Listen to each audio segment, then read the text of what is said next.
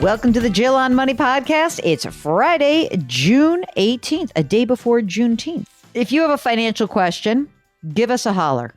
Our email address, askjill@jillonmoney.com. Askjill@jillonmoney.com. Kelly writes, my husband and I listen to your podcast as a daily routine while he eats breakfast and I pack lunches and get ready for the day.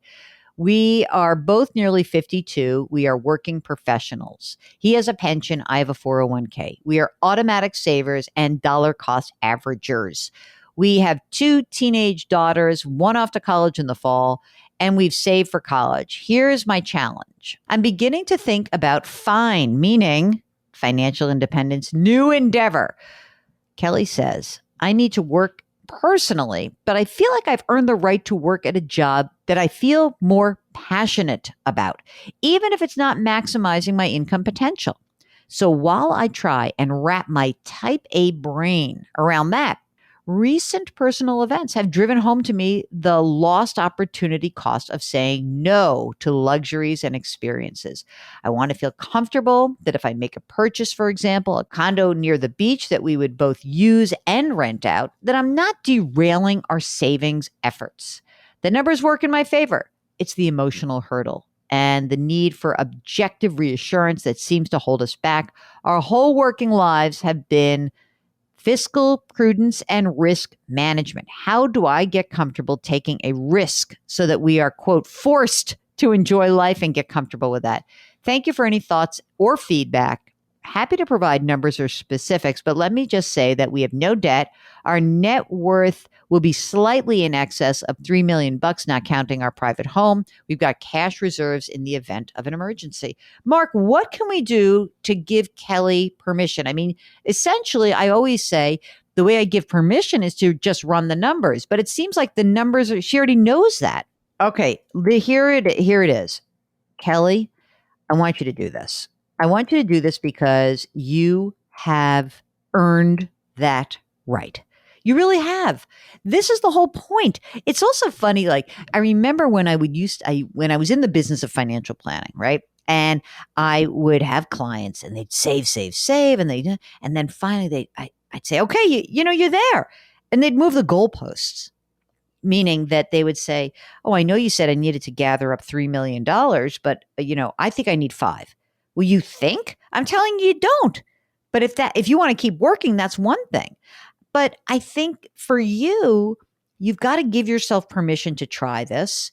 And essentially, you've proven to yourself that you can do it. You've padded the numbers. You've assumed a very low investment return. You've assumed that inflation would run maybe a little bit hotter than you would think. And the numbers still work. Then you do it. Again, this is always about the numbers for me. All right.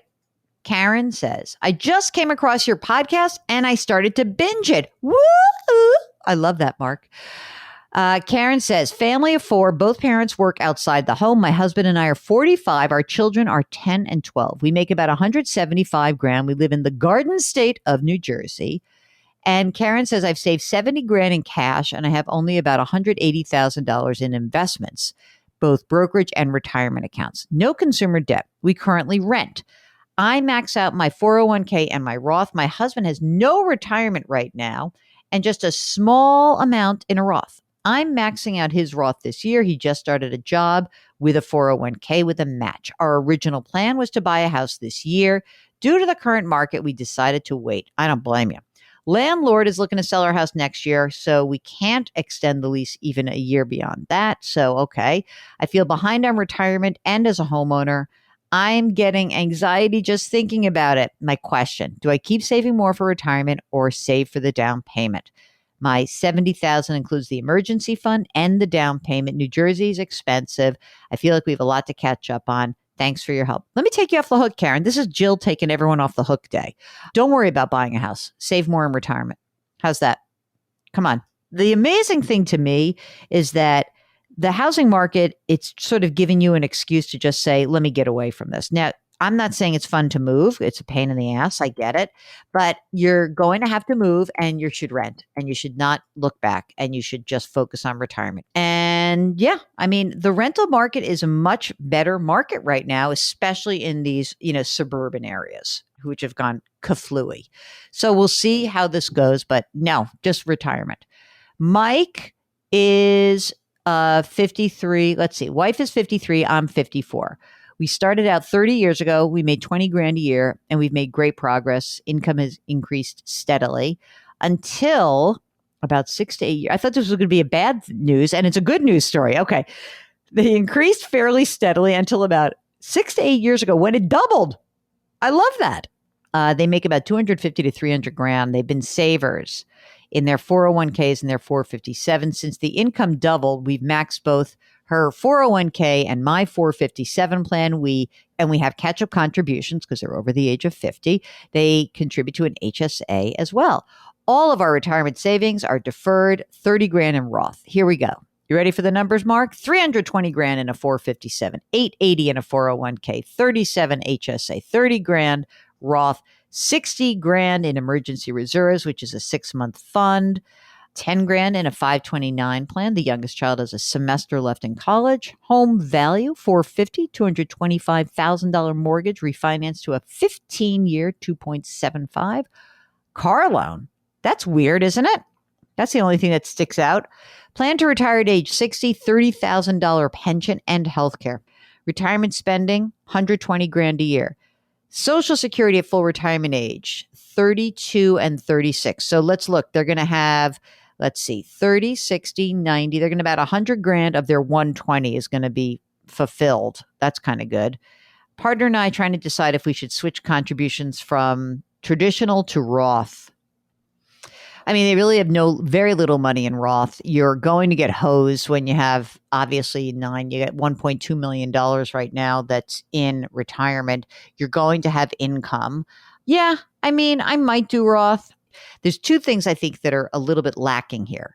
One is, yeah, it would be great to have some more money in Roth. Two, I think you probably need to get rid of that car loan unless it's 0%. And also at the same time, I'd beef up your emergency reserve fund. That's what I would do. A little bit of everything. So I don't know. It's going to be tough. I mean, it's not going to be tough for long. They have plenty of money to meet their needs, frankly. But I don't know. I'm not convinced that this is the greatest plan in the world. I would love it if you could retire maybe closer to 65. But, he's going to have health care, right? So he has that covered with his pension and health care. I don't know if she's going to actually retire at the same time or not.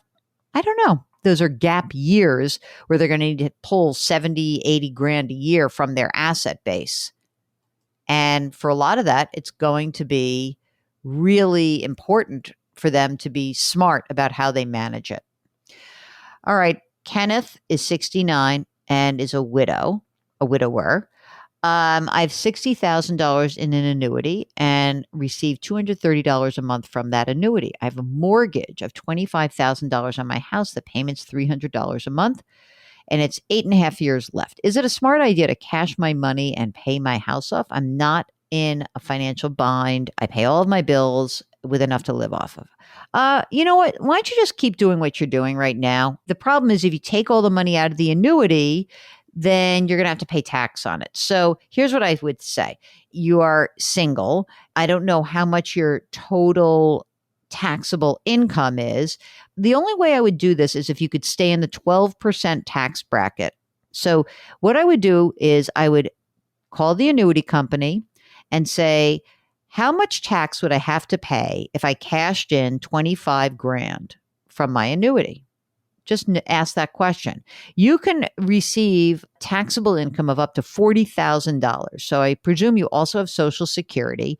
So you have Social Security and annuity. You want to keep it under $40,000. That's about as much as I want you to pull out. And then you can stay in the 12% tax bracket. And I think that would make sense. But don't just pull it out willy-nilly and pay the whole thing off. Stay within that 12% tax bracket. We've been talking a lot about this. We want a new acronym. We don't want FIRE because Jill, the old fart, and Mark, the nervous Nelly, we don't want to necessarily say retire early. Financial independence we're on top of. We don't love retire early.